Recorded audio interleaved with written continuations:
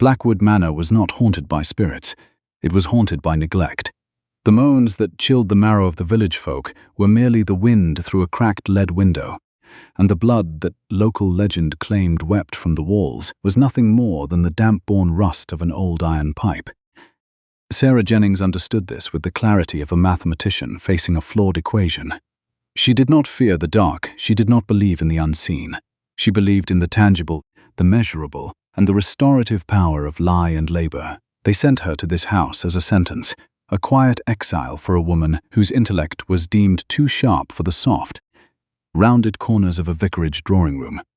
She arrived at the iron gates not with a prayer book, but with a crate of candles and a mind that refused to be colonized by shadows. The carriage had departed an hour ago, leaving Sarah standing before the rusted entrance of Blackwood Manor. The air tasted of wet stone and ancient, undisturbed dust. It was a cold afternoon in late autumn, the kind of day where the sky was the color of a tarnished silver tray, and the trees looked like skeletal hands reaching out of the mist. Before her stood Mrs. Beatrice Halloway, a woman whose black bombazine dress seemed to absorb what little light remained in the day. Mrs. Halloway was a distant relative of the local vicar, a woman whose primary occupation was the cultivation of social unease. She held a heavy iron ring of keys as if it were a talisman against the plague, her lips pressed into a thin, pale line of disapproval. Sarah Jennings stood perfectly still, her spine as straight as a ledger line. She wore a traveling cloak of grey wool, its edges slightly frayed but its fastenings secure. The new steward remained completely still. She cast no nervous glances at the looming silhouette of the house which rose above the overgrown yew trees like a monument to insolvency.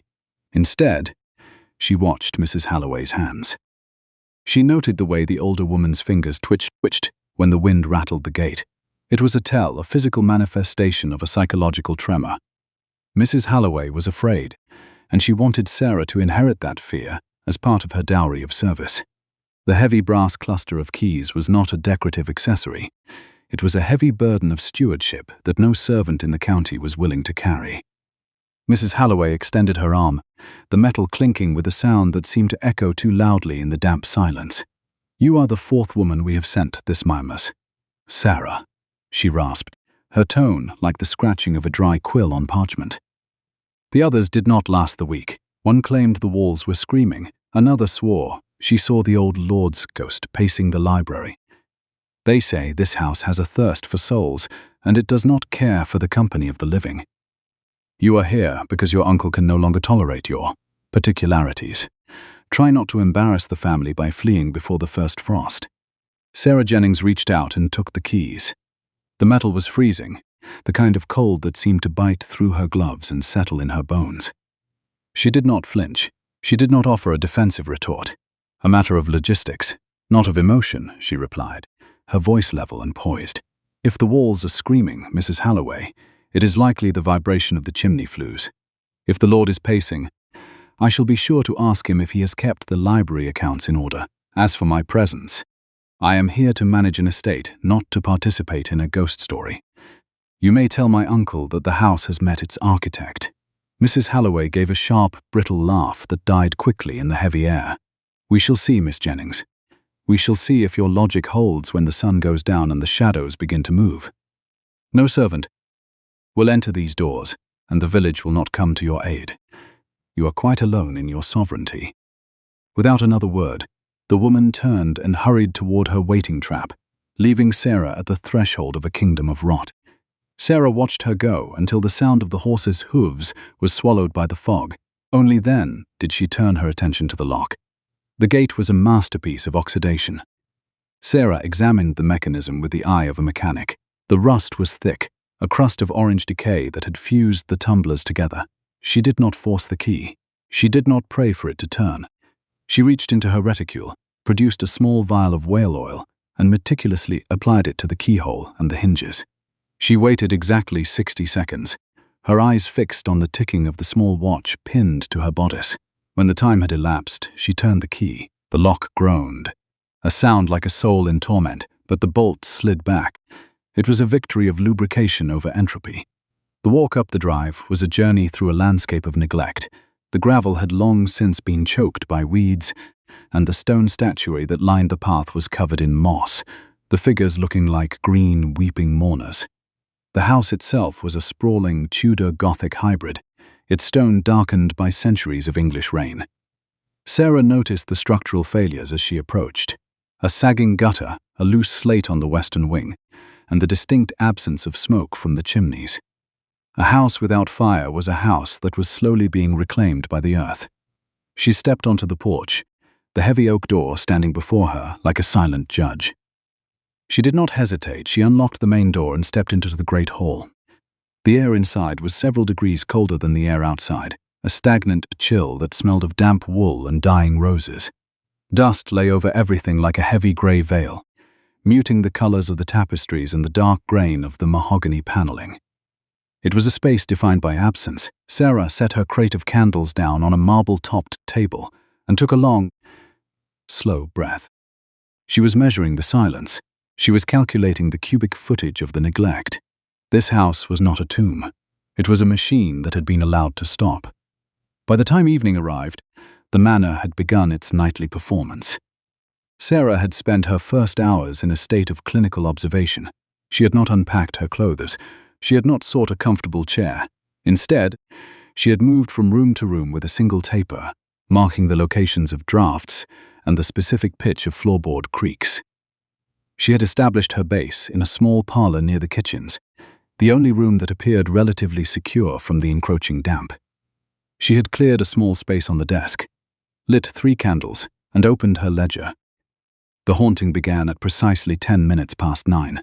It started as a low, mournful sound, a vibration that seemed to rise from the very stones of the foundation. It was a hollow, rhythmic wailing that grew in intensity until it filled the hallway, sounding for all the world like a woman grieving in the upper reaches of the house. Sarah did not reach for her crucifix. She did not call for a guard. She did not retreat into the flickering safety of her candle circle. She stood up, took her taper, and began to walk toward the sound. The moan echoed through the gallery, a haunting, undulating cry that shifted in pitch as she climbed the stairs. To a mind primed for superstition, it was the sound of the damned. To Sarah Jennings, it was a frequency. She stood in the center of the dark corridor, her head tilted, her eyes closed. She was not listening to the emotion of the sound. She was listening to its source. The wail was localized toward the northern wing, specifically the attic rooms that sat directly above the library. She moved upward, her footsteps steady on the dusty stairs, her shadow stretching long and thin against the peeling wallpaper. She reached the attic door and found it jammed by the warping of the wood. The sound was deafening here, a physical force that vibrated in her chest. She pressed her shoulder against the door and shoved, the wood protesting with a sharp crack. Inside, the room was a vortex of shadows. The moonlight filtered through a large diamond-paned window, illuminating the swirling dust motes. In the center of the floor, a single heavy curtain flapped violently against the wall, though the air in the room felt strangely still. She did not look at the shadows. Her attention turned to the window. The cracked lead window was not a portal for spirits. It was a structural failure in the house's skeletal frame. One of the lead cames had snapped, leaving a narrow, jagged gap between 2 panes of glass. As the wind hit the corner of the house, it was forced through this gap at high velocity, creating a reed effect much like a flute. The moaning was nothing more than the house playing its own discordant music. Sarah approached the window, the glass rattling with a frantic energy. She reached out and pressed her thumb against the broken lead. The sound stopped instantly, cut off as if she had silenced a screaming mouth. The silence that followed was profound, heavy with the weight of the restored order. Sarah held her thumb there for a moment, feeling the cold air whistling against her skin. It was a simple fix, a matter of a little solder and a steady hand. She looked around the room and saw in it a heavy piece of discarded tapestry in the corner. She moved toward it, her movements methodical and precise. She did not think of ghosts. She did not think of the Lord, who had died here, or the servants who had fled in terror. She thought of the physics of air pressure. She took the scrap of heavy fabric and wedged it firmly into the crack, securing it with a small brass pin she drew from her sleeve. The moaning was replaced by a dull, muffled thud of the wind against the stone. The attic was no longer a place of terror. It was a storage room with a draft. Sarah wiped the dust from her hands and looked out the window. Below her, the gardens lay in ruins, a tangled mess of thorns and shadows. She returned to the parlor and took up her pen. Her first entry in the ledger of restoration was not a record of fear, but a record of repair. October 24th, she wrote, her handwriting sharp and elegant. Attic window, north wing. Lead came fractured, creating a high-velocity air whistle. Temporary dampener applied. Requires permanent soldering. The house fell silent, a peace that was measured by the ticking of the clock on the mantel. Sarah leaned back in her chair, the light of the 3 candles reflecting in her dark, steady eyes. She had been sent here to be broken by the dark, but she was already planning the light. She did not feel the isolation as a burden. She did not feel the weight of the village's scorn. She felt the satisfaction of a problem being solved.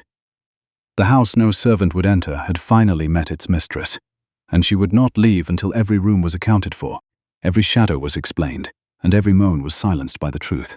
As she closed her ledger, Sarah Jennings knew that the battle for Blackwood Manor had only just begun, but she had already won the first territory. She would make this house feel like home not by exorcising spirits, but by auditing the ruins until they yielded to her will. She blew out the candles, and for the first time in 20 years, the manor slept in a silence that was finally, truly empty of everything but the night. The dawn did not break over Blackwood Manor so much as it bled through the fog. A bruised purple light that struggled to penetrate the grime-crusted windows of the morning room.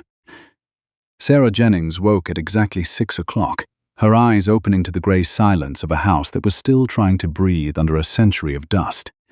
She did not linger in the warmth of her bedcovers. She did not indulge in the luxury of a slow awakening. She sat up, her spine finding its familiar rigid alignment, and reached for the small silver watch on the bedside table. It was a matter of discipline, not of comfort. She dressed with the efficiency of a soldier, her fingers moving with practiced precision over buttons and laces. She wore a gown of dark, serviceable wool, its hem high enough to clear the filth of the floors, but its cut impeccable enough to maintain the dignity of her station. Her hair was pulled back into a knot, so tight it seemed to emphasize the sharp, analytical lines of her face. She avoided checking the mirror to admire her reflection. She looked to ensure that her armor of propriety was unblemished. A woman in a house of ruins could not afford a single loose thread. The kitchen was her first destination, a cavernous space that smelled of cold ash and damp soot. There she found Eliza Thorne, the only servant who had not yet succumbed to the pervasive terror of the estate.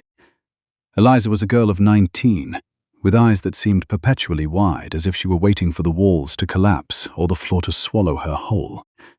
She was currently huddled near the cold hearth, her hands shaking as she tried to strike a flint. Her bombazine apron was wrinkled, and her cap was askew, signs of a mind that had surrendered to the chaos of her environment. Sarah Jennings watched her for a moment from the doorway, her silence a heavy, observing presence. She did not offer a word of comfort. She did not startle the girl with a sudden movement. Instead, she stepped into the light of the dying candle Eliza had lit, her footsteps measured and rhythmic. Eliza jumped, the flint clattering to the stone floor with a sharp metallic ring. "Oh, miss," the girl gasped, her hand flying to her throat. "I did not hear you, I thought. I thought the shadows had come for the morning meal." Sarah Jennings reached down and retrieved the flint, her movements fluid and calm. "The shadows do not require sustenance, Eliza," she said, her voice like the cool strike of a bell. "Only the living have needs that must be met. You are trembling because you are cold, and you are cold because the hearth is empty. We shall begin with the fire, and then we shall begin with the truth. Hand me the tinder. I have no intention of eating a breakfast seasoned with superstition." The girl watched in a state of stunned silence as Sarah Jennings expertly rebuilt the fire. It was a technical exercise. The placement of the kindling to allow for airflow, the specific angle of the logs to catch the heat, the calculated patience of the flame. Within minutes, the kitchen was bathed in an orange glow that pushed the shadows back into the corners. Sarah did not celebrate the success. She stood up, brushed the ash from her palms, and looked at Eliza with a gaze that was neither cruel nor kind, but entirely focused. The girl pointed a shaking finger toward the back corridor, the one leading to the servants' wing.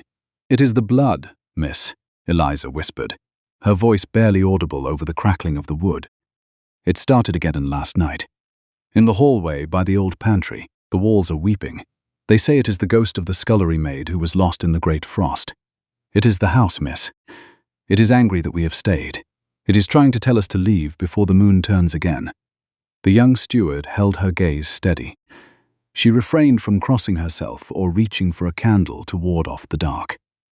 "A matter of chemistry, not of spirits," she replied, though she knew the girl would not understand the distinction. "Lead the way, Eliza. Bring a bucket of hot water, a stiff brush, and the crate of beeswax and lye I brought from the carriage. We are going to audit this miracle.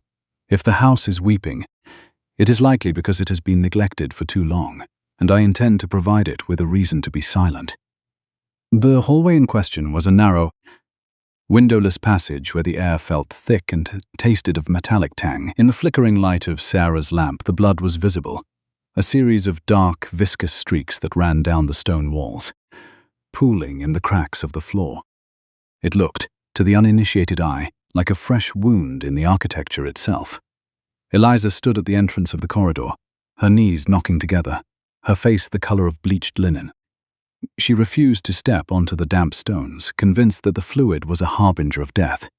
Sarah Jennings approached the wall without hesitation. The rationalist refused to see a haunting. She saw a symptom. She reached out and touched the streak, her fingers pressing into the wetness.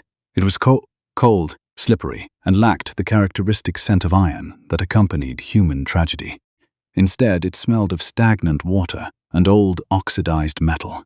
She looked upward, tracing the path of the moisture to a specific point in the ceiling, where a heavy, red iron pipe was visible through a gap in the rotting plaster. The red iron pipe was not a portal for the damned. It was a leaking fixture suffering from the effects of a blocked gutter and a persistent damp rise. Every time the temperature shifted between the cold night and the humid morning, the pipe bled its internal decay onto the walls. It was a mechanical failure of the plumbing, an artery of the house that had long since been forgotten.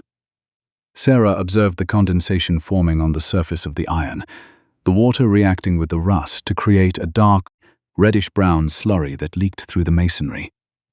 She took the brush from the bucket Eliza had reluctantly brought and dipped it into the concentrated lye solution.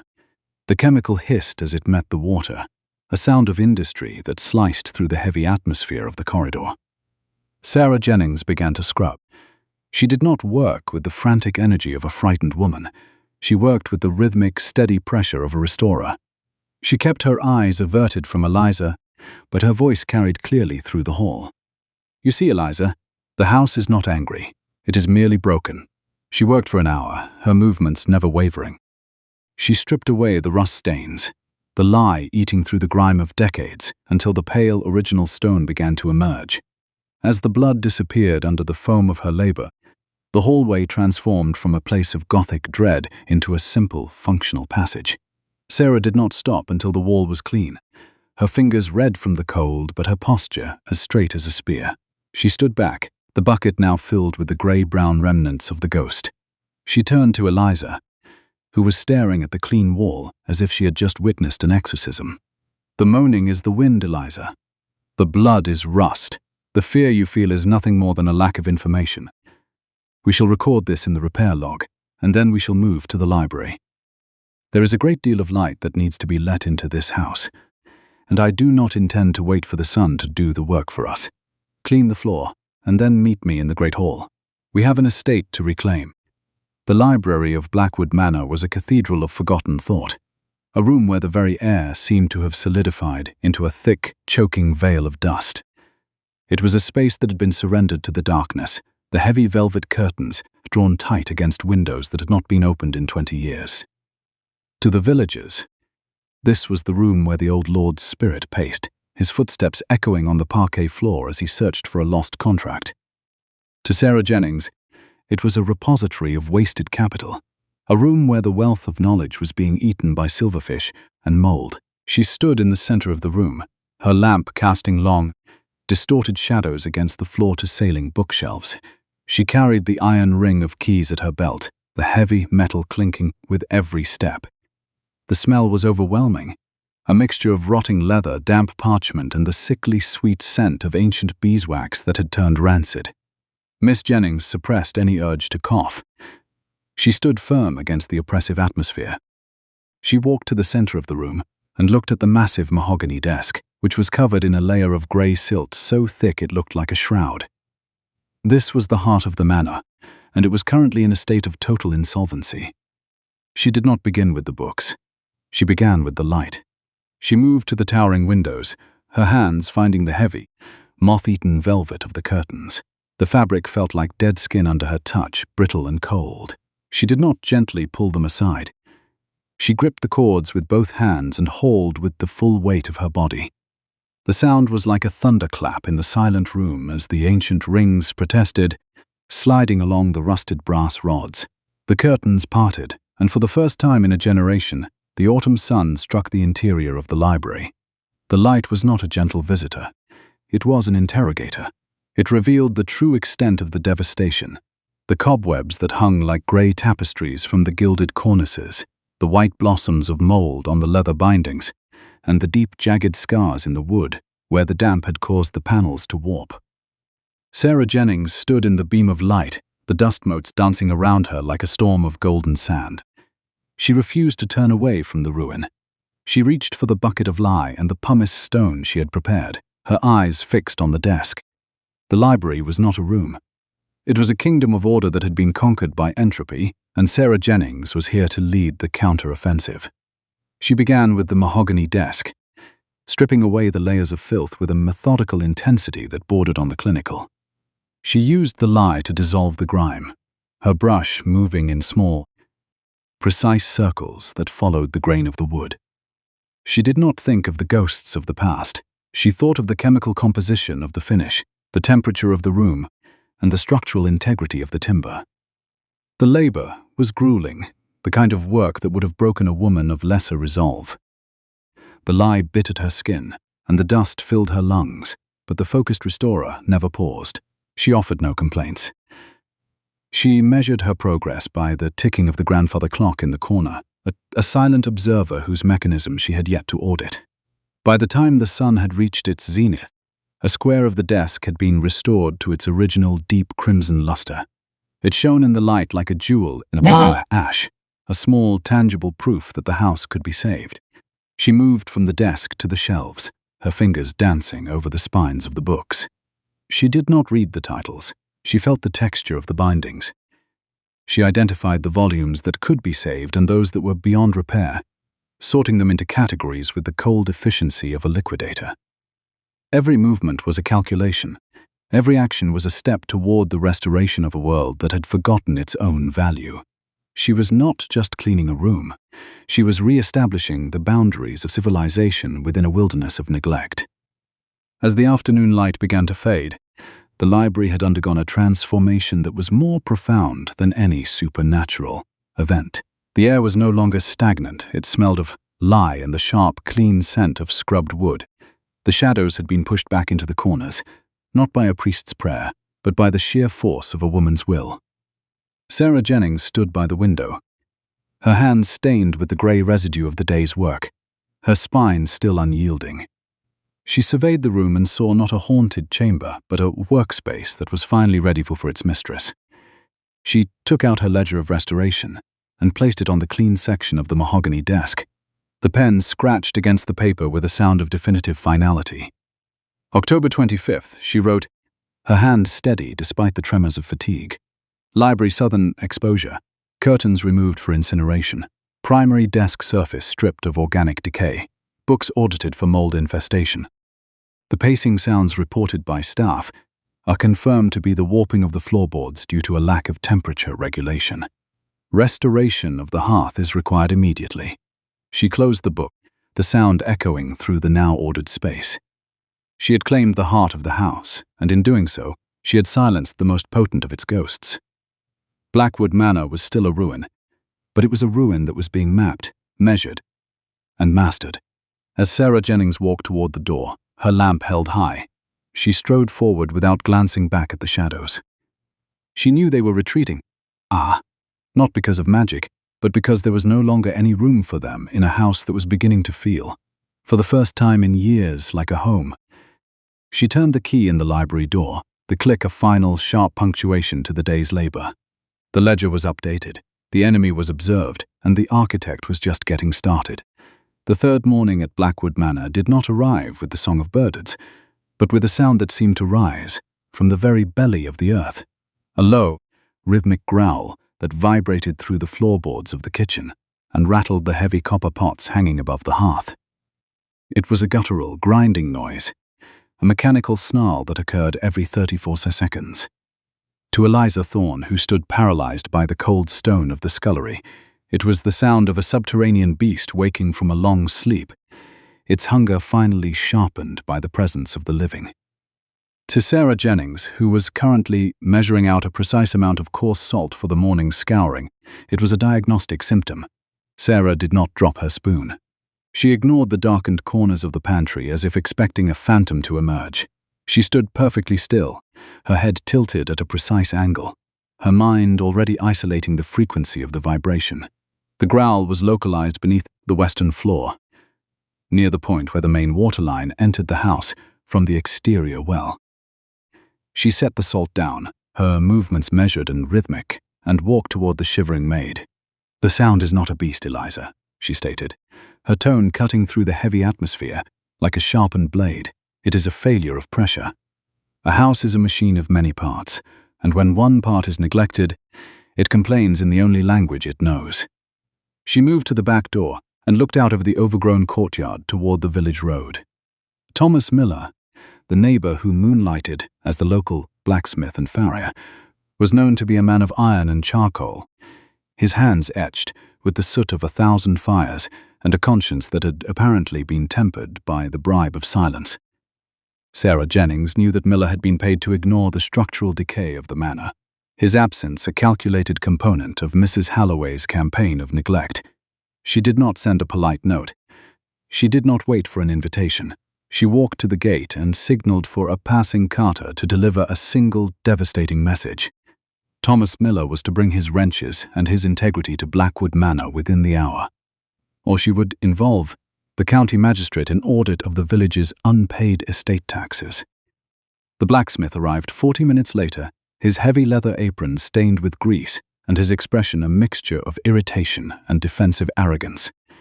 He was a broad-shouldered man with a face the color of raw brick, and he looked at Sarah Jennings as if she were a troublesome child who had interrupted a serious conversation. "I don't deal in ghost hunting, Miss Jennings," he grumbled, his voice like the grinding of stones. "If you've heard a moan or a bump, call the vicar. I have horses to shoe and a forge that won't stay hot on its own." The pragmatic woman held her ground. She avoided inviting him in for tea or offer a pleasantry. She stood on the threshold, her spine a rigid line of authority. "I did not send for a ghost hunter, Mr. Miller. I sent for a mechanic. The water pump in the scullery is suffering from airlock and cavitation. The vibration is threatening the integrity of the lead joints. You were the one contracted for the maintenance of this estate's plumbing 5 years ago, were you not? I have seen the records. You have been paid for work that has clearly not been performed. Either you fix the pump now, or I shall record your negligence in the official ledger I am preparing for Lord Arthur Blackwood's arrival." The man's eyes shifted, his gaze darting to the heavy metal keyring at Sarah's belt. He recognized the weight of stewardship in her posture, a quality that could not be bought or intimidated. He stepped into the kitchen, his boots loud on the stone, and followed her to the scullery. The growl erupted again, a violent shuddering sound that made the water in a nearby bucket ripple in concentric circles. Sarah pointed to the heavy iron pump, its brass fittings green with oxidation and its handle resting at an unnatural angle. The iron pump was not a machine of brass and piston. It was a mechanical heart under siege. Miller looked at the pump and scoffed. "It's old, miss. It's done for. The well is cursed, just like the rest of this place. The water don't want to be drawn no more. It's a matter of the spirit, not the screw." He made to turn away, his hands already reaching for his belt as if the conversation were over. Sarah Jennings stepped forward, her hand resting on the cool metal of the pump. Miss Jennings kept her volume even. She offered no pleas. She spoke with the calm, terrifying certainty of a woman who understood the laws of physics. "It is a matter of the valve, Mr. Miller. The leather gasket has perished, allowing air to bypass the seal. The growl is the sound of water being forced through a vacuum. If the pump were truly dead, there would be no sound at all. Silence is death. Noise is merely a cry for repair. Open the housing. I have the whale oil and the lye. You have the tools. We shall see if the spirit can withstand the application of a new gasket. The blacksmith hesitated, his pride warring with the realization that this woman knew exactly how the machine functioned. He growled a low oath and knelt before the pump, his heavy wrenches clashing against the stone. For the next hour, the kitchen was transformed into a site of technical surgery. Sarah stood over him, her observations precise and her commands sparse. She did not act like a lady watching a servant. She acted like a foreman overseeing a difficult repair. When Miller's fingers proved too thick to reach a recessed bolt, she stepped in, her smaller ink-stained fingers moving with a dexterity that left him silent. She cleaned the internal chambers of the pump with lye, stripping away the sediment of years. She watched as Miller replaced the perished leather with a fresh, thick hide she had found in the stables. The copper valve was not a mere fitting of plumbing. It was a silent, pressurized contract between the house and the earth. When the final bolt was tightened, Sarah took the handle and gave it a single, firm stroke. The house held its breath. Then, with a sound of deep, resonant satisfaction, a steady stream of clear water gushed from the spout. The growl was gone, replaced by the rhythmic musical splash of a functioning system. Miller stood up, wiping his hands on a greasy rag, his eyes reflecting a new, grudging respect. "You've a sharp mind for a lady, Miss Jennings," he said, his voice no longer hostile. Most would have just run when the walls started shaking. Sarah did not accept the compliment. "I have no use for a mind that is not sharp, Mr. Miller. It would be like trying to cut stone with a wooden spoon. See that you return tomorrow to check the exterior pipes. The ledger remains open until the restoration is complete." She did not wait for his farewell. She turned her attention back to the water, her posture as straight as the flow from the spout. The peace that followed the pump's repair was, however, short-lived. As evening began to settle over Blackwood Manor, bringing with it a sharp, biting frost that turned the fog into a silver shroud, a new haunting commenced. It was not a sound of the plumbing or the wind, but a frantic, erratic rattling of the wooden shutters in the parlor. A clatter so violent it seemed as though a dozen hands were trying to force their way into the house simultaneously. Eliza Thorne dropped the tray she was carrying, the china shattering on the floor with a sound like a pistol shot. "They're coming, miss," she wailed, her face pressed into her apron. "The spirits are angry that we fixed the pump. They're trying to break in."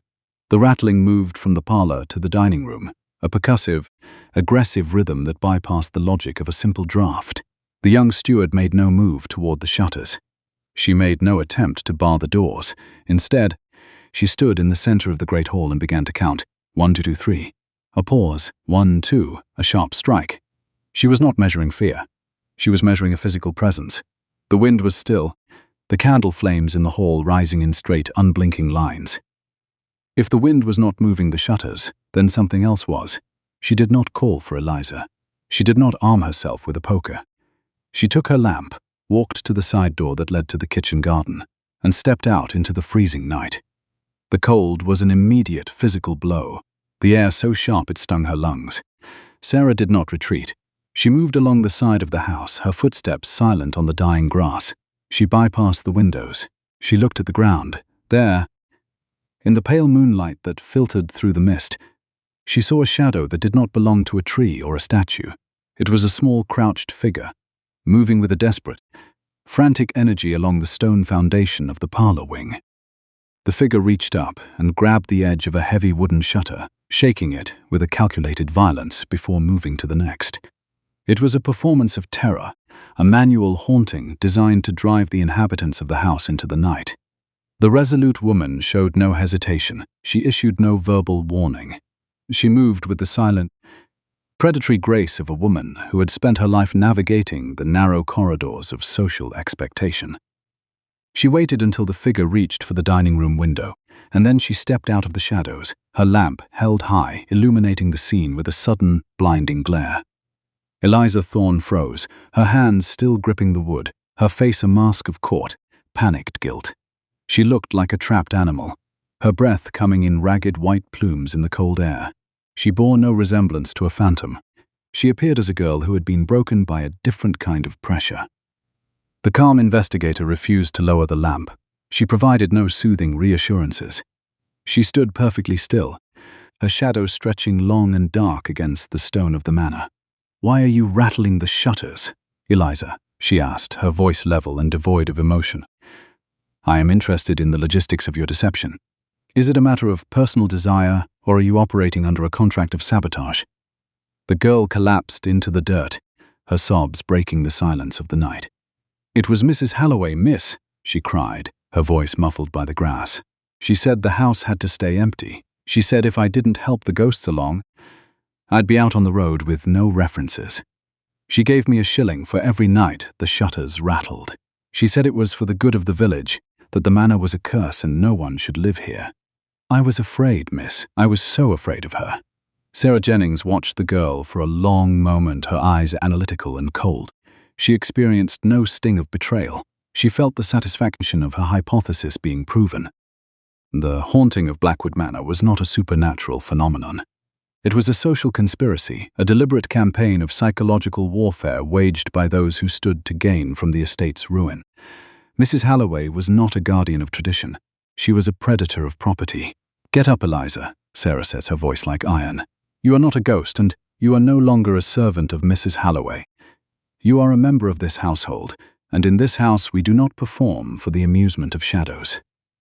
You will come inside, you will clean the shattered china, and then you will provide me with a full written account of every instruction Mrs. Halloway gave you. We are going to balance this ledger, and I assure you, the cost for this deception will be high." She did not wait to see if the girl followed. She turned and walked back into the house, her lamp a steady, unmoving beacon in the dark.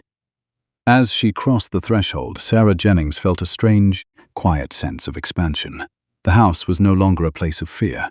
It was a crime scene, and she was the investigator. Every rattle, every moan, and every stain had a human origin, and she would find them all. She returned to the library, opened the restoration diary, and began to write. The ink was dark, the pen strokes precise. She did not count her enemies. She measured their failures. The architect was no longer merely repairing a house. She was dismantling a conspiracy, and she would make every room feel like home, if only to prove that the truth was the only ghost that could not be silenced. As the clock struck midnight, Sarah Jennings dipped her pen once more, the sound of the ticking clock a rhythmic, triumphant pulse in the restored silence of the manor. By the fourth morning, Blackwood Manor had begun to lose its scent of ancient undisturbed grief. The air in the central corridors, which had previously tasted of damp wool and the metallic tang of oxidized iron, was now heavy with the sharp, clean fragrance of lavender and the rich, golden aroma of fresh beeswax. Sarah Jennings stood at the top of the grand staircase, her posture as unyielding as the oak balustrade beneath her hand. She refused to regard the house as a victim of its own history. She looked at it as a project in the final stages of a fundamental structural realignment. To the villagers of Blackwood, the manor was a tomb. To Sarah, it was a ledger that was slowly, meticulously being brought back into balance. The transition from a site of Gothic dread to a functional household was not a matter of magic, but of physics and chemistry.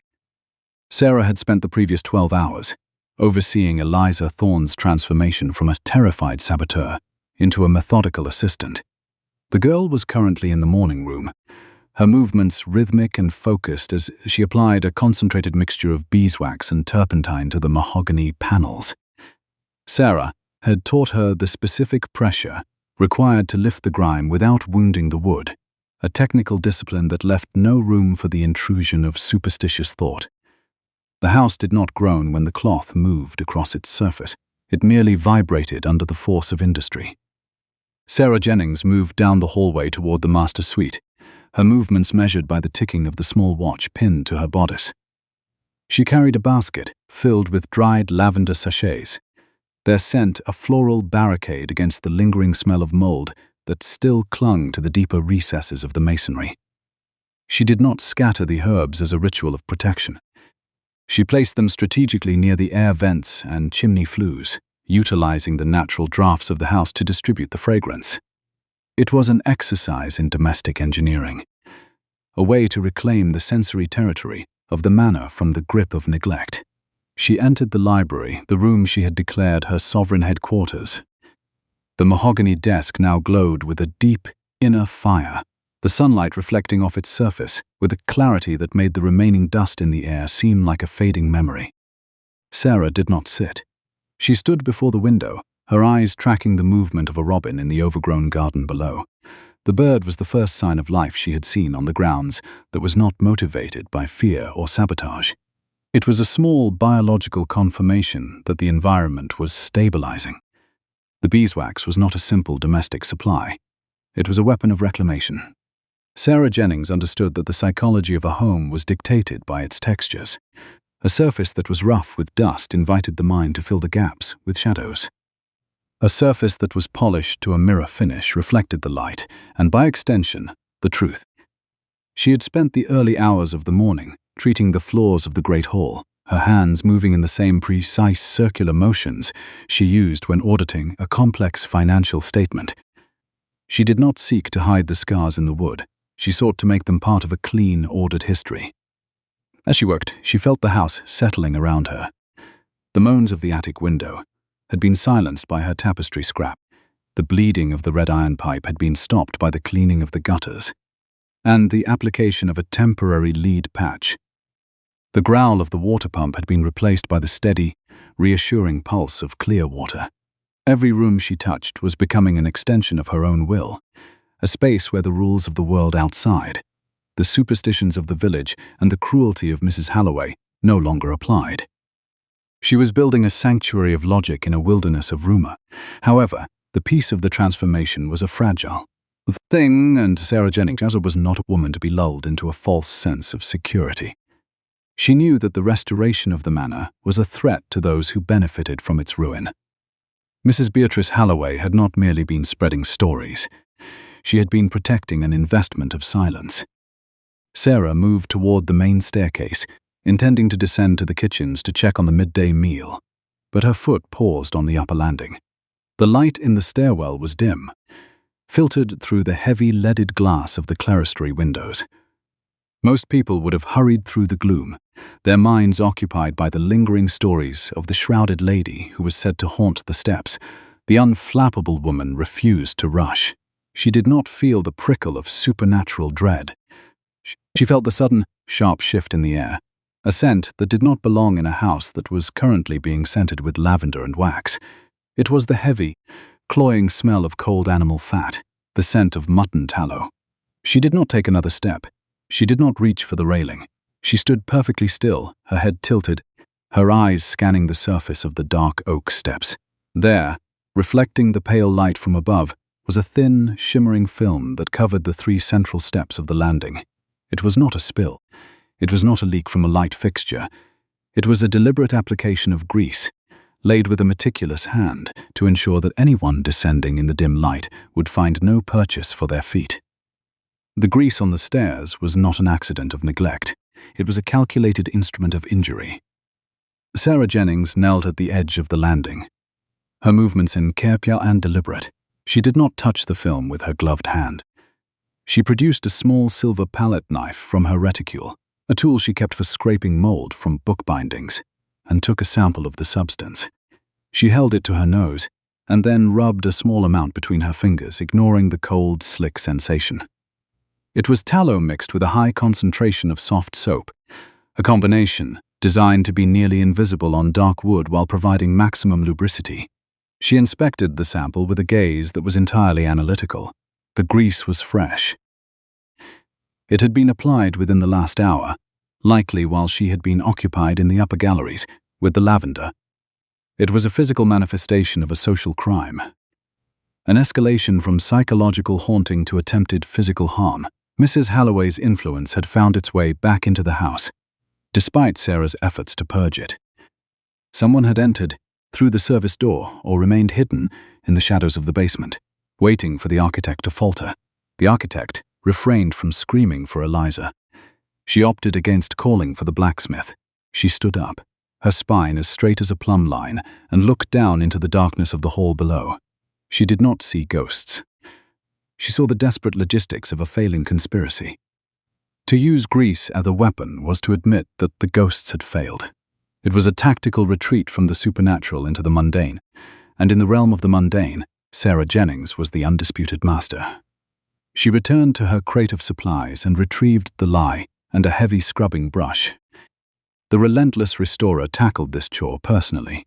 She knelt on the landing and began to strip the grease from the wood, her movements aggressive and thorough. The chemical hissed as it met the tallow, the foam turning a muddy, translucent grey. She did not think of the fall she might have taken. She did not calculate the height of the staircase or the hardness of the marble floor below.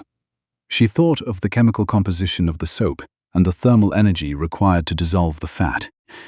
She worked until the steps were bone dry and slightly abrasive to the touch, the original grain of the wood exposed and safe. When she was finished, she did not retreat to her room to recover from the shock. She moved down the stairs, her boots loud and steady on the restored wood, and began a systematic audit of every threshold in the manor. She checked the window latches, the door frames, and the heavy iron bolts of the cellar entrance. She was no longer just cleaning a house. She was fortifying a fortress. By the time she reached the kitchen, Eliza Thorne was waiting with a tray of tea, her eyes flickering with a new kind of anxiety. "Miss, I saw someone near the woodshed," the girl whispered, her voice trembling. "A man from the village, one of the miller's boys. He didn't come to the door. He just watched. They say the house is getting too bright, miss. They say you're stirring up things that should be left to rot." Sarah Jennings took the cup of tea, her hand perfectly steady. "Let them watch, Eliza," she declared, her tone resonant in the clean, quiet space of the kitchen. "Darkness is a habit, and light is an intrusion. It is only natural that those who have lived in the shadows for so long should find the sun uncomfortable. As for the things that should be left to rot, I have found that rot is merely a lack of stewardship. We shall continue our work. The library requires a second coat of wax, and the master suite must prepare bed for Lord Arthur's arrival." She did not explain the grease on the stairs. She did not share her discovery of the tallow trap. A matter of action, not of emotion, was her guiding principle. To speak of the danger was to give it power, and Sarah Jennings intended to keep all the power for herself. She finished her tea, set the cup down with a sharp, definitive click, and returned to the stairs. She walked up the center of the steps she had just cleaned, her weight centered and her gaze forward. The manor was no longer a place of fear, but it was becoming a place of battle. Sarah Jennings knew that every room she made to feel like home was a territory won from the enemy. She spent the afternoon in the master bedroom, a room that had once smelled of mothballs and despair. She stripped the heavy, dust-choked bed curtains and replaced them with light muslin she had brought in her trunks. She polished the silver sconces until they caught the fading afternoon light, turning the room into a chamber of reflected gold. She did not tire. She did not allow the physical exertion to cloud her analytical focus. She was counting the minutes until the sun set, her mind already preparing for the next move in the game of shadows. Mrs. Halloway had tried to haunt her with sound, then with blood, and finally with the threat of a fall. Every attempt had been met with a technical solution and a steady hand. The house was now scented with lavender, its wood was slick with beeswax, and its heart was being audited by a woman who did not believe in failure. As the clock in the library struck 6, Sarah Jennings returned to her desk and opened the ledger of restoration. October 26th, she wrote, the pen scratching against the parchment with a rhythmic, confident pulse. Grand staircase, upper landing. Attempted sabotage via application of mutton tallow and soft soap. Neutralized with concentrated lye solution. All entry points checked and secured. The house is currently operating at a 60% restoration efficiency. Scent of lavender is persistent. The shadows have been reduced by 42%. She closed the ledger and leaned back, her hands resting flat on the mahogany surface. The silence of Blackwood Manor was no longer a heavy, oppressive thing. It was a silence of anticipation, the quiet of a machine that had been repaired and was now waiting for the master to turn the key. Sarah Jennings was no longer a prisoner of her exile. She was the architect of a new order. And she would not sleep until every room felt like home, not for the ghosts of the past, but for the truth of the future. The ticking of the clock was the only sound in the room, a steady, triumphant reminder that time, like the house, was finally under her control. She picked up her lamp, the light reflecting in her steady eyes, and prepared to face the night, secure in the knowledge that she had built a kingdom where no shadow could survive the dawn. Lord Arthur Blackwood rode through the rusted gates of his secondary estate. At precisely 4 o'clock in the afternoon, his mind a dark map of expectations. He had arrived prepared to find a house that had finally consumed its inhabitant, a structure of stone and spite that had already driven 3 capable women into the madness of the local asylum, or the flight of the desperate. He expected the heavy, cloying scent of damp earth and the silence of a tomb. He expected to find Sarah Jennings, if she remained at all, huddled in a single room with a dying candle, her spirit broken by the psychological weight of a manor that staff steadfastly refused to enter. He did not expect the smell of lavender. He did not expect the sight of a gravel drive that, while still weathered, showed the distinct marks of a recent vigorous weeding. He dismounted in the courtyard, the sound of his horse's hooves striking the stone with a clarity that felt invasive in the heavy silence of the countryside. The manor loomed above him, its Tudor Gothic silhouette dark against the bruised purple of the autumn sky, but it no longer looked like a predator waiting for its next meal. It looked like a patient in the middle of a rigorous recovery. Lord Arthur walked toward the main entrance, his grey eyes scanning the windows. He noted the absence of the heavy, dust-choked velvet that had once acted as a shroud for the interior. Instead, the panes were clear, reflecting the dying sun with a brilliance that seemed to challenge the encroaching shadows. The front door opened before he could reach for the iron knocker. It did not groan on its hinges. It did not protest with the shriek of oxidized metal. It slid back with the silent, oiled efficiency of a well-maintained machine. Sarah Jennings stood in the threshold, her posture as straight as a ledger line, her dark wool gown unblemished by the labor he knew she must have performed. She did not curtsy with the flutter of a frightened girl. She did not offer a frantic explanation for the state of his house. She stood perfectly still, her hands clasped before her, her gaze level and analytical. Lord Arthur Blackwood stood in the entry hall and felt the sudden, disorienting shock of a man who had walked into the wrong century. The air was not cold, it was not stagnant. It tasted of beeswax and the sharp, clean scent of lye. The floor, once a grey expanse of silt and neglect, now glowed with the deep, warm luster of mahogany that had been scrubbed to its soul. He looked at the walls and saw not the blood of the scullery maid, but the pale, honest stone he had forgotten existed. The red iron pipe in the ceiling had been patched, the plaster around it smoothed and whitened. Sarah Jennings had not just lived in his house, she had audited its ruins and found the both hidden beneath the decay.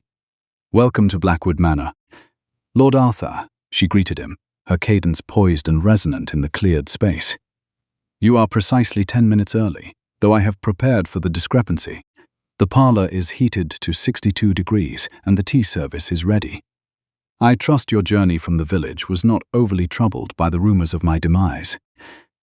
She turned and began to walk toward the morning room, her movements rhythmic and measured.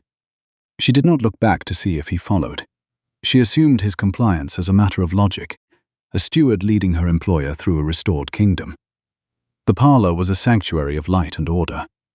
A small, disciplined fire burned in the grate, the logs placed with a technical precision that ensured maximum heat with minimum smoke. On a low table sat the silver tea service, its surfaces polished to such a degree that Arthur could see the startled reflection of his own winter-grey eyes. The silver tea service was not a collection of decorative vessels. It was a declaration of war against the chaos that had previously defined the estate. It was a symbol of civilization reclaimed. A physical proof that the housemaids were too terrified to clean had been mastered by a woman who did not believe in ghosts. Arthur Blackwood sat in a chair that had been stripped of 20 years of dust, feeling the strange, grounding weight of the environment. He watched Sarah as she poured the tea, her fingers moving with the dexterity of a jeweler. She did not speak of the hauntings. She did not recount the terrors of the attic window or the growling in the kitchen walls. Instead, she spoke of the mechanical realities she had conquered. She described the pump cavitation in the kitchen that had sounded like a dying beast, an issue she had resolved by summoning Thomas Miller to replace a perished leather gasket.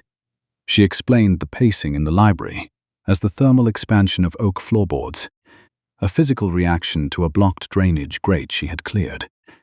She then recounted the discovery of a mutton tallow and soft soap trap on the grand staircase, a deliberate application of grease intended to cause a life-threatening fall. She had neutralized the hazard with a concentrated lye solution and a silver palette knife, sampling the substance to prove it was not an accidental spill, but a calculated sabotage. She spoke of these attempts with a cold, mathematical detachment. She presented him with her formal maintenance book, her ink-stained fingers resting on the leather cover as if it were a holy relic. "You have done the work of 10 men, Miss Jennings," Arthur said, his voice low and cautious. "The villagers swore you would be dead or departed within the week. They say the house thirsts for souls. They say the Lord's ghost, pacing the library, is a judgment on the Blackwood name." He watched her for a reaction, for the flicker of a hidden fear, but her face remained a mask of intellectual stoicism. "The house thirsts for maintenance, Lord Arthur, not for souls," Sarah replied, setting his cup down with a sharp, definitive click. The pacing in the library was a matter of moisture and the mechanical warping of the wood. The moaning in the attic was a fractured lead came in the north window.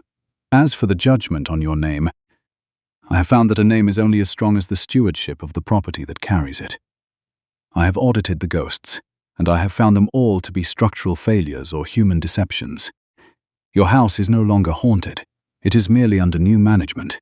Arthur looked at the ledger, then at the woman who had built this kingdom of lavender and lye from the rubbish of his family's neglect. He felt a sudden, sharp respect that cut through his aristocratic cynicism. He had come to bury an estate. He had found an architect. He realized then that the formidable steward required no protection. She had built a fortress of logic that was far more secure than any stone wall. They sat in the silence of the parlor, a silence that was no longer oppressive, but measured by the steady, triumphant ticking of the small clock on the mantel. The peace of the evening was absolute until the stroke of midnight. Sarah Jennings was sitting at the mahogany desk in the library, her pen scratchings against the parchment of her final report when the house offered its final, most potent performance. Lord Arthur was standing by the hearth, his glass of brandy untouched, his eyes fixed on the shadows that still lingered in the corners of the room. The air suddenly cooled, a sharp, localized draft that made the candles flicker and the fire hiss. Then, the clock began to toll. It was not the small, rhythmic chime of the parlor clock, but the deep, resonant boom of the grandfather clock in the entry hall, a clock that Sarah had recorded as having a broken mainspring and a seized escapement. It tolled 12 times, the sound echoing through the manor like a funeral bell, each strike a heavy, vibrating blow that seemed to rise from the floorboards. To the uninitiated, it was the voice of the dead, a mechanical impossibility given life by the spirits of the manor. Eliza Thorne, who had been sleeping in the scullery, began to scream in the distance, a thin, piping sound of pure terror. Sarah Jennings did not jump. She did not reach for her lamp with a shaking hand. She set her pen down in its cradle, wiped a small speck of ink from her thumb, and stood up. She did not look at him with fear. She looked at him with the irritation of a woman who had found a misplaced decimal point. "A matter of timing, Lord Arthur. Not of the afterlife," she said, her voice level and authoritative. "I believe the final ghost has just signaled its presence. Follow me, and pray bring your lamp. I find that shadows are much smaller when they are measured against the light." They walked into the entry hall, where the sound of the clock was still vibrating in the cold air. The grandfather clock stood against the far wall, its dark oak house looking like a sentinel of the night. It should have been silent. Its weights were removed, its gears were locked by rust, and its pendulum was missing. Yet, the sound of the tolling was still humming in the wood, a low mechanical resonance that filled the room. Arthur Blackwood stood back, his hand on the hilt of his sword, his face pale in the lantern light. "It is impossible," he whispered, his gaze fixed on the motionless hands of the clock. "It has no weights, it has no spring. How can it toll?" Sarah Jennings stepped toward the clock with the confidence of a surgeon approaching an incision. She bypassed the face of the clock. Her focus shifted to the base. She knelt on the scrubbed floor, her silver palette knife in her hand. She did not pray. She did not chant. She inserted the blade into the narrow gap between the base of the clock and the floorboards and pried upward. The wood protested with a sharp, dry crack, revealing a hidden compartment beneath the weight case. Inside, the light of the lamp revealed not a ghost, but a masterpiece of sabotage. A small, spring-loaded hammer had been rigged to a tripwire that ran beneath the floorboards, connected to a heavy iron weight that could be triggered by a simple lever in the basement. It was a mechanical haunting, a device designed to toll whenever a manual cord was pulled from the servant's wing. It was a ghost made of iron and spite, a tool used by Mrs. Halloway to ensure that no inhabitant could ever feel at peace within these walls. The broken grandfather clock was not a timepiece of the dead. It was a mechanical trap for the living. Sarah Jennings reached in and disconnected the spring, the hammer falling silent with a dull, metallic thud. She looked up at Lord Arthur, her face illuminated by the warm glow of the lantern. "The haunting is over, Lord Arthur." This was the final entry in Mrs. Halloway's ledger of deception. She wanted this house to stay empty so that she might eventually purchase the land for a fraction of its value. She used your fear as her primary currency, and she used these machines to keep the accounts in her favor. The next morning, the mist had not yet cleared from the village green, when the Blackwood carriage rattled to a halt in front of the local inn. The villagers, gathered for the morning market, fell into a stunned silence as Lord Arthur Blackwood stepped out, followed by a woman whose spine was as straight as a bayonet. Sarah Jennings carried the ledger of restoration under one arm and a folded parchment in her hand. Her gaze was fixed on the far end of the porch, where Mrs. Beatrice Halloway sat, holding court with a group of frightened farmwives. "Mrs. Halloway," Sarah's voice rang out, clear and devoid of tremor, slicing through the morning air like a whetted blade. The village turned as one. Mrs. Halloway stood, her face a mask of feigned concern that quickly curdled into shock. "Miss Jennings, we were certain. That is, the rumors said. The house had claimed you." "The house is in excellent health, Mrs. Halloway," Sarah replied, stepping onto the porch. She did not raise her voice, yet every word carried to the edge of the square. "It is your reputation, however, that is currently in arrears." She held up the folded parchment, the written account of sabotage. "I have here the formal confession of Eliza Thorne, detailing the payments you made and the threats you issued to maintain the fiction of a haunting. I have also documented the spring-loaded hammer in the grandfather clock and the tallow trap on the grand staircase." Mrs. Halloway's face turned a mottled, frantic purple. "That is a lie, a desperate girl's ramblings. You cannot prove—" "I have audited the mechanics of your greed," Sarah interrupted, her voice dropping to a low, lethal register. She opened the ledger of restoration and began to read aloud the repair costs associated with each act of sabotage. "Every leaked pipe you loosened, every shutter you had rattled, every structural failure you exploited to drive women into the asylum. This is not a matter of ghosts, Mrs. Halloway. It is a matter of fraud. Lord Arthur has already dispatched a messenger to the magistrate." Lord Arthur stepped forward, his winter-grey eyes fixed on the trembling woman. He did not need to speak. His presence was the final gavel. The villagers, once cowed by Mrs. Halloway's tales, now looked at her with a growing cold clarity. The power she had held through fear vanished in the light of Sarah's meticulous records. "I believe the cost of these repairs," Sarah said, placing a bill on the table in front of the woman, "will be quite substantial. It will certainly exceed the value of the land you hoped to steal through your deceptions." Mrs. Halloway collapsed into her chair, her authority shattered, her silence the only confession the village required. As they walked back to the carriage, Lord Arthur looked at the woman who had dismantled a decade of terror with a ledger and a palette knife. "You have saved more than a house, Sarah," he said, using her name with a quiet, profound respect. "You have saved the truth. I came here expecting to find a ruin, but I have found a home. I do not know how to thank a woman who has audited the shadows and found them wanting." The architect remained unbothered. She did not look away. She straightened her gown and looked toward the distant silhouette of the manor, now bathed in the gold of the autumn morning. "A matter of stewardship, Arthur." "Not of gratitude," she replied. The house is restored. The sabotage is documented. The ledger is finally in perfect balance." She climbed into the carriage, her movements measured and poised. The house no servant would enter was finally truly silent. Not with the silence of death, but with the quiet of a machine that was finally in perfect order. As they drove toward the gates, the scent of lavender seemed to linger in the air, a floral victory over the ghosts of the past. Sarah Jennings was no longer in exile. She was the architect of a new peace, and for the first time in 20 years, every room in Blackwood Manor felt decisively and logically like home. The aftermath of the formal documentation and the confrontation in the village was not a moment of loud celebration. It was a period of profound, analytical silence that cemented the order Sarah Jennings had brought to the estate. She did not return to Blackwood Manor to seek rest or to bask in the sudden, startled admiration of the local folk who had once whispered of her doom. Instead, she returned to the library, the mahogany desk now a field of battle, where the final skirmishes of the estate's long-standing insolvency would be fought and won. She stood before the window, her silhouette a sharp, unyielding line against the golden light of the late afternoon, watching as the first of the village tradesmen arrived. Not with the trembling hesitation of those who feared the dark, but with the brisk professional energy of men who had seen the truth revealed in the light of day.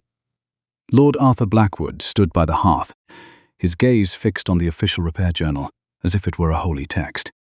He did not look like the cynical, wounded aristocrat who had arrived at the gates a few days prior.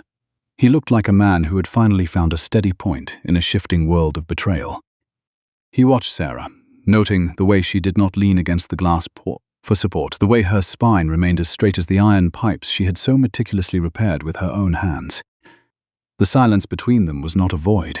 It was a pressurized chamber of mutual respect, a space where the grammar of labor had finally replaced the stutter of superstition. The legal reckoning began with a stack of parchment and the rhythmic ticking of the clock. The steward refused to frame her findings as a narrative of victimhood or a plea for sympathy. She presented them as a series of audited failures. She laid out the written account of sabotage alongside the financial records she had unearthed from the damp, rotted trunk in the cellar. The volume of restored accounts was not a book of numbers and repairs.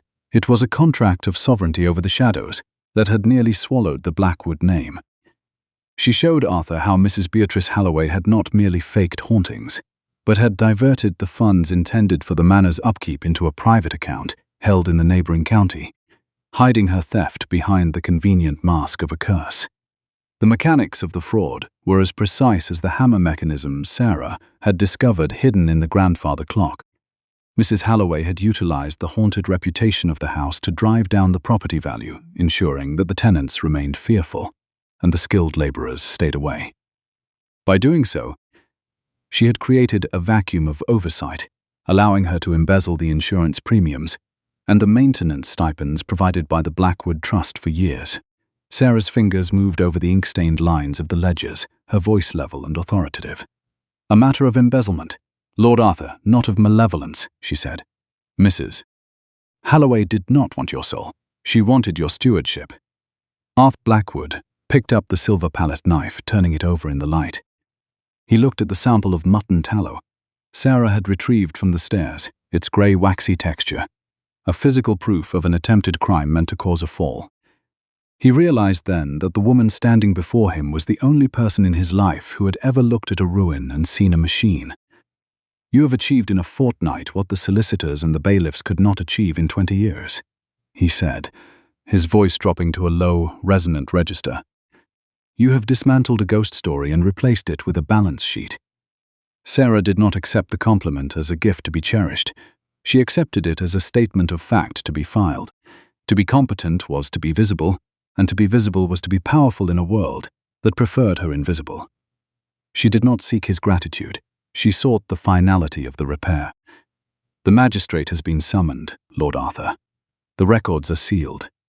The village has been informed that the curse of Blackwood Manor was a financial one, and that the accounts have been closed for good."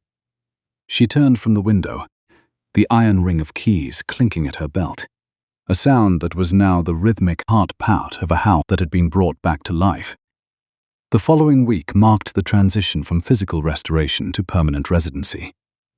Blackwood Manor was no longer a house no servant would enter. It had become the primary employer of the county, a beacon of stability. Sarah Jennings oversaw the vetting of the new staff with the same clinical observation. She used to audit a chimney flue or a leaking roof. She sought no women who could curtsy with the most grace. She bypassed candidates with the most refined manners. She looked for women who understood the chemistry and the geometry of a well-laid fire. She interviewed Thomas Miller's sons for the gardening positions, making it clear that the soil of Blackwood was no longer a place for burying secrets, but for cultivating order. The sensory atmosphere of the house had completed its total transformation. The smell of rot and damp stone had been entirely purged, replaced by a permanent, light fragrance of lavender, beeswax, and the sharp, clean scent of scrubbed mahogany. The air was no longer stagnant. The repaired windows and cleared chimneys allowed the house to breathe, the drafts now directed and purposeful rather than moaning and wild. The bleeding hallway was now a gallery of pale, polished stone, the walls reflecting the candlelight with a warmth that felt earned through labor. Sarah stood in the center of the great hall, her eyes scanning the heights of the rafters for any sign of neglect. She did not see shadows. She saw a structure that was finally in perfect mechanical alignment. The house was no longer a monument to insolvency. It was a model of stewardship and dignity. Eliza Thorne, now the head housemaid, moved through the space with a posture that mirrored Sarah's own. The girl no longer jumped at the sound of the wind. She understood the pitch of the lead window and the groan of the warped floorboards. She had been taught the language of the house, and in that knowledge, her fear had been replaced by a quiet, professional pride. As the first snow of the season began to fall, turning the restored gardens into a landscape of white and grey, Lord Arthur Blackwood summoned Sarah to the library.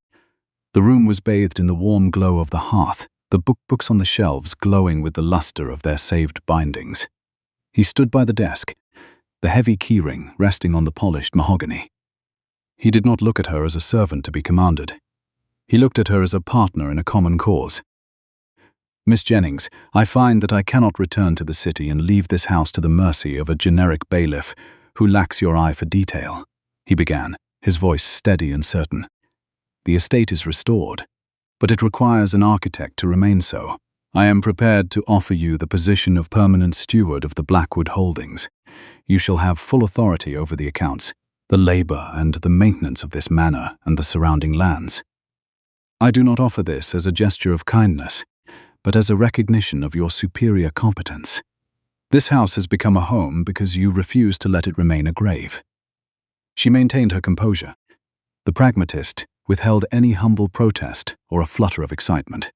She stared at the keys, then at the man who had finally learned to see the truth through the lens of her logic. "A matter of contract, Lord Arthur, not of sentiment," she replied, though a faint, rare smile touched the corners of her lips. "If I am to be the steward, I shall require a separate ledger for the long-term structural improvements. I have no intention of letting the red iron pipes suffer a relapse of rust, or allowing the attic glass to fail again." Arthur Blackwood reached out and placed his hand over hers on the desk, a touch that was not a demand for affection, but a finalized agreement of trust.